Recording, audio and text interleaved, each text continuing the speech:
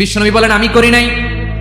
ওয়া ইন্নী আখতাবিউ দাওয়াতি শাফাআতান লি উম্মতি ইয়াউমাল কিয়ামাহ, আমার ওই স্পেশাল দোয়াটা আমি দুনিয়ার বুকে কঠিন বিপদে পড়েও কোনোদিন করি নাই। আমি আমার স্পেশাল দোয়াটা কিয়ামতের দিন আমার গুনাহগার উম্মতকে সুপারিশের জন্য রেখে দিয়েছি। আল্লাহ বলবেন নবী ইরফা রাসাক, মাথা তোলেন, আর কাটবেন না। বিশ্বনবী মাথা তুলবেন, আল্লাহ বলবেন সাল তোতা, আপনি যা যাবেন তাই দেব। ওয়াশফা তুশাফা, সুপারিশ করেন, সুপারিশ কবুল করব। বিশ্বনবী বলবেন আল্লাহ ওই স্পেশাল দোয়াটা দুনিয়াতে করি নাই, আজকে আমি তোমার দরবারে দাঁড়িয়ে কিয়ামতের দিন ওই দোয়াটা করছি। আল্লাহ আমার যে উম্মতের হৃদয়ে যাররা পরিমাণ ঈমান আছে, আমার একটা উম্মতকেও তুমি জাহান্নামে ঢুকাতে পারবে না।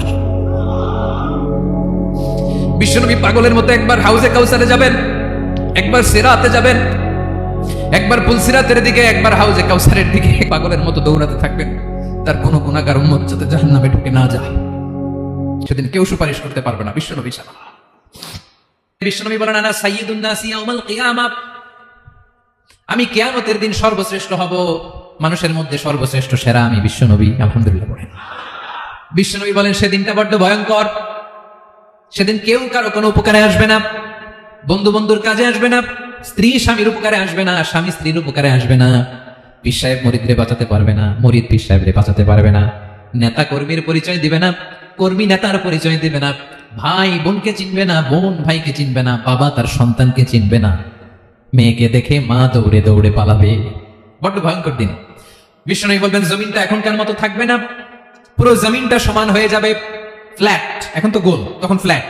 সবাই এক জমিনের উপরে দাঁড়াবে, সূর্যটা মাথার কাছে চলে আসবে, সূর্যের গরমে এই মানুষের মাথার মগজ গলে গলে কানের ছিদ্র নাকের ছিদ্র দিয়ে বেয়ে বেয়ে পড়বে। আহ, সবাই হয়রান, পেরেশান, ক্লান্ত শ্রান্ত। মানুষগুলো বলবে বাঁচার কোনো উপায় নাই। 50,000 বছর মানুষ এরকম দৌড়াবে, চিৎকার করবে, কাঁদবে, বাঁচার কোনো উপায় নাই। সবাই বলবে আল্লাহ যদি বিচারটা শুরু করতো, যা হবার হবে, আগে বিচার শুরু করুন। বিচারই শুরু হয় না, বিচার শুরু হইতে 50,000 বছর।